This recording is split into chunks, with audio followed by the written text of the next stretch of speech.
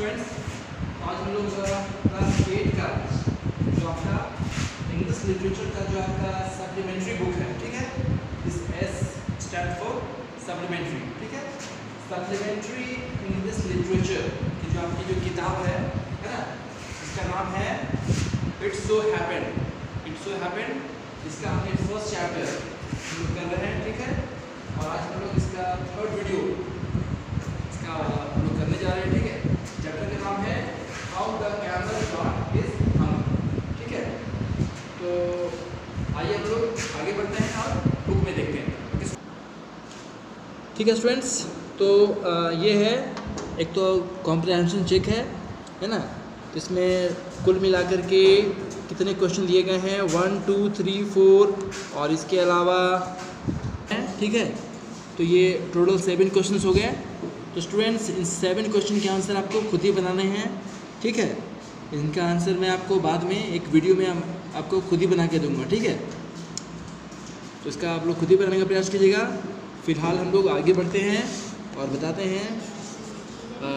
आगे कहा जा रहा है कि the djinn rolled himself up in his dust cloak. जो जिन है ना, वो जो जिन है ना, वो डस्ट का लबादा पहने हुए, ठीक है, वो डस्ट का एक लबादा लगभग पहने हुए, ठीक है, उस पर तैरता हुआ है ना। And he took a walk across the desert. वो जो है पूरे वॉक एक करता है, ठीक है, पूरे डिज़र्ट में, ठीक है, पूरे रेगिस्तान में वो जिन जो है वो टहलता हुआ जाता है। And found the camel looking at his own reflection in a pool of water. और वो क्या देखता है, वो कैमल को एक पानी के, है ना, एक पानी के एक पूल में, एक वाटर के पूल में जो है ना, वो अपना परछाई देखते हुए उसे पाता है, ठीक है। कैमल को जिन देखता है कि जो कैमल है जिसकी बात हो रही थी, जो काम नहीं करता था, है ना, वो अपने आप को एक पानी, एक वाटर बॉडी था, उसके अंदर वो झांक रहा था और उसमें अपना रिफ्लेक्शन वो देख रहा था।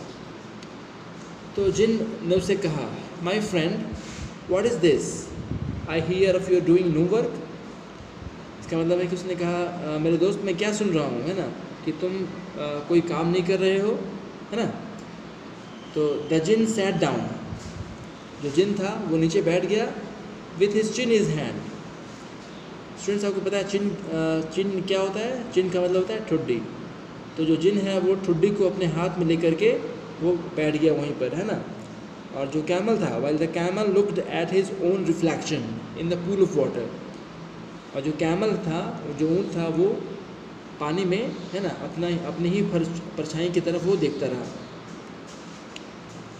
उसके बाद यू हैव गिवन द 3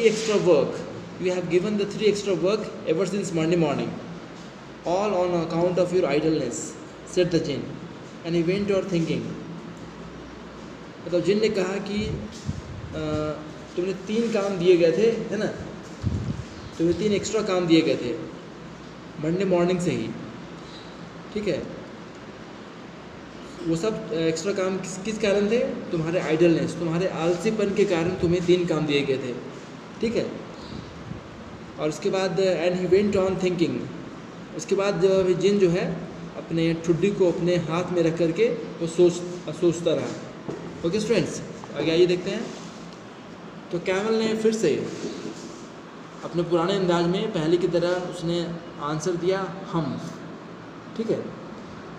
तो फिर होता है कि I should not say that again if I were you. जिन ने कहा कि अगर मैं तुम्हारी जगह होता, अगर मैं तुम्हारी जगह होता तो मैं ऐसा कभी भी रिप्लाई नहीं देता, मैं ऐसा कभी भी मैं दोबारा से नहीं बोलता। And you might say it once too often.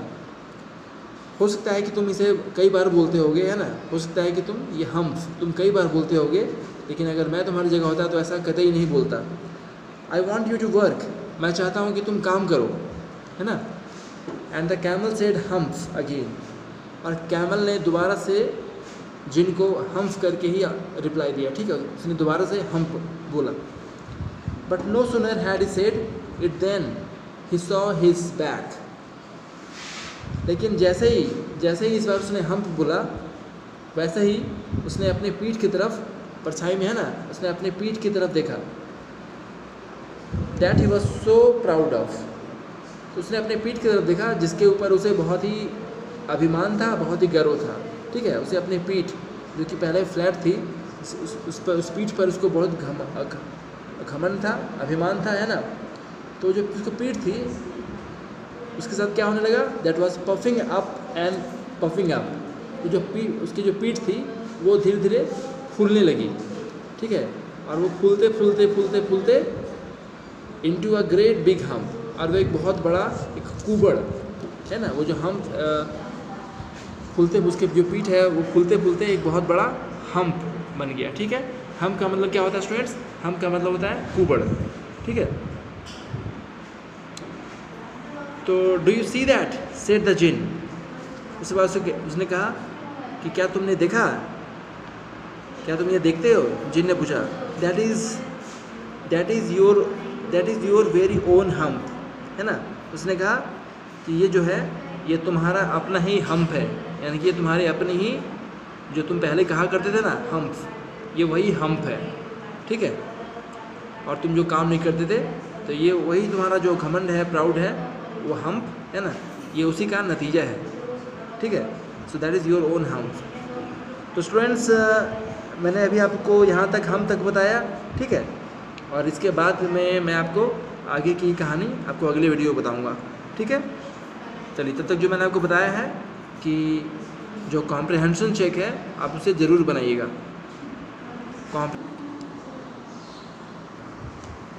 Okay students, सो ये that is your very own hump, है ना। ये जो तुम्हारे पीठ पर जो हम्प आया है ये क्या है, ये तुम्हारा अपना हम्प है जो तुम कहा करते थे। That you have brought upon your own self by not working. तो ये जो हम्प है ये तुम्हारे द्वारा ही निर्मित किया गया है, क्योंकि तुम